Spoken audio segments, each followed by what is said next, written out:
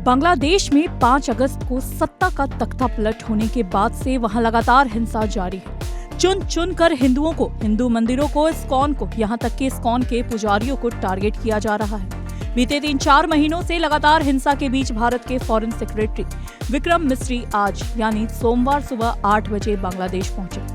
विक्रम मिस्री के बांग्लादेश जाने के मायने क्या हैं? वो आखिर बांग्लादेश में क्यों गए? क्या उनका वहां पहुंचना बांग्लादेश को अल्टीमेटम देना है? क्या बांग्लादेश को चेतावनी देना है? पिछले इतने समय से लगातार हो रहे हिंसात्मक घटनाओं के बीच विक्रम मिस्री का वहां जाना क्या मोदी का कोई कड़ा संदेश पहुंचाना है? इस वीडियो में हम आपको इन सारे सवालों के जवाब तसल्ली से समझाने की कोशिश करेंगे। 6 अगस्त याद है वो तारीख जब शेख हसीना का तख्ता पलट किया गया। तब से वहां की कमान यूनुस मोहम्मद सरकार के हाथ में आ गई। तख्ता पलट होने के बाद से ही वहां लगातार अल्पसंख्यकों को टारगेट किया जा रहा है। हिंदुओं को चुन चुन करके घर से बाहर निकाल कर पीटा जा रहा है। हत्याएं की जा रही हैं, रेप तक की खबरें सामने आ रही हैं। मंदिरों को, देवस्थानों को, यानी जो भगवान की मूर्तियां हैं उन सबको, सारे पूजा स्थलों को तोड़ा जा रहा है। इस्कॉन के मंदिरों को, इस्कॉन के पुजारियों को लगातार निशाना बनाया जा रहा है। उन्हें टारगेट किया जा रहा है, उन्हें गिरफ्तार किया जा रहा है और यह घटना थमने का नाम ही नहीं ले रही। सबसे ज्यादा हैरत वाली बात तो ये है कि वहाँ के जो कट्टरपंथी विचारधारा वाले लोग हैं, नेता हैं, वो खुलकर लोगों को भड़का रहे हैं, उनमें जहर बोने की कोशिश कर रहे हैं, अराजकता फैला रहे हैं और खुलेआम ही बदजुबानी कर रहे हैं कि हिंदुओं को ढूंढो, निकालो और मारो, फिर बाहर करो। पूरी दुनिया की निगाह अब हिंदुस्तान और बांग्लादेश पर टिकी हुई है, लेकिन बांग्लादेश खुद में इतनी नापाक हरकत करने में काबिल नहीं है। इनको जो खाद पानी पर्दे के पीछे से मिल रहा है वो है हिंदुस्तान का सबसे बड़ा दुश्मन पाकिस्तान से। और पाकिस्तान के साथ साथ इस पूरे खेल में शामिल है चीन। जी हाँ, चीन हमेशा से पीछे से वार करता हुआ नजर आया है। सवाल ये है कि आखिर भारत यह सब कब तक बर्दाश्त करेगा?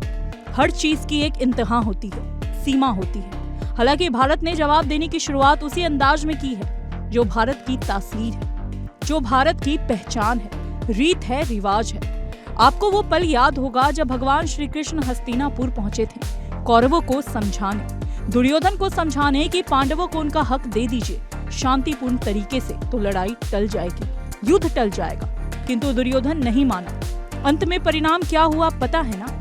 महाभारत। जी हाँ, वही महाभारत जिसे आज पूरी दुनिया जानती है। खैर, अभी तक जो खबरें निकलकर सामने आई हैं वो यही है कि विक्रम मिस्री ने बांग्लादेश में जाकर के अपने समकक्ष से, वहां के तत्कालीन प्रधानमंत्री मोहम्मद यूनुस से मुलाकात की है और इन लोगों को खुली चेतावनी दी और समझाते हुए कहा है कि इन हरकतों को रोक लीजिए वरना अंजाम अच्छा नहीं होगा।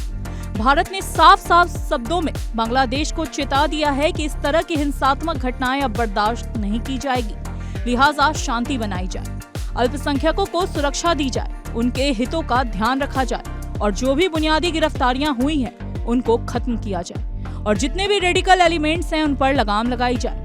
इन सब पर एक्सपर्ट्स का मानना है कि इस तरह की डिस्कशन वहां हुई होगी। जाहिर सी बात है, मोदी अपनी शैली के लिए जाने जाते हैं। वो तब तक किसी को छेड़ते नहीं जब तक कोई उन्हें सामने से आकर के ना छेड़े, लेकिन कोई एक बार यदि उन्हें छेड़ देता है तो इसका अंजाम पूरी दुनिया जानती है और सबने देखा है। एयर स्ट्राइक, सर्जिकल स्ट्राइक इसका बेहतर उदाहरण है। पाकिस्तान ये बात बहुत अच्छे से जानता है, शायद इसलिए उसकी हिम्मत नहीं होती कि वो सामने से आकर वार करे। इसलिए पर्दे के पीछे से दूसरे के कंधे पर बंदूक रखकर अपने रंग दिखा रहा है। लेकिन यहाँ पर सवाल बांग्लादेश का है, वो बांग्लादेश जो शायद आज अस्तित्व में है तो सिर्फ और सिर्फ हिंदुस्तान की वजह से, जो आज पाकिस्तान को पीछे छोड़कर विकास की राह में काफी आगे निकल चुका है, तो सिर्फ हिंदुस्तान की वजह से। वो बांग्लादेश जो अपने कट्टरपंथी से बाहर आने के लिए लगातार कोशिश कर रहा था और आ भी गया था, जहां की नारी सशक्त बन रही थी, स्वावलंबी बन रही थी, एक बार फिर से उसको पाकिस्तान पीछे ले जा रहा है। बांग्लादेश की ये बातें कभी भूलनी नहीं चाहिए कि उसका मान सम्मान यदि किसी की वजह से था या है तो वो सिर्फ और सिर्फ हिंदुस्तान है, जिसके सहयोग से वो लगातार विकास के मार्ग पर आगे बढ़ रहा था।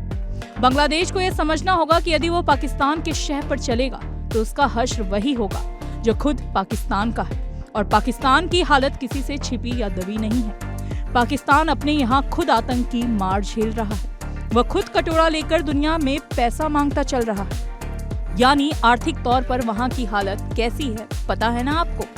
खैर, यह सबक बांग्लादेश के लिए काफी है सीखना उसे है, समझना उसे है, लेकिन यह पहली शुरुआत थी जो आधिकारिक तौर पर मोदी सरकार के द्वारा की गई है। बावजूद इसके यदि बांग्लादेश नहीं संभला तो मोदी सरकार को संभालना बहुत अच्छे से आता है। जय हिंद।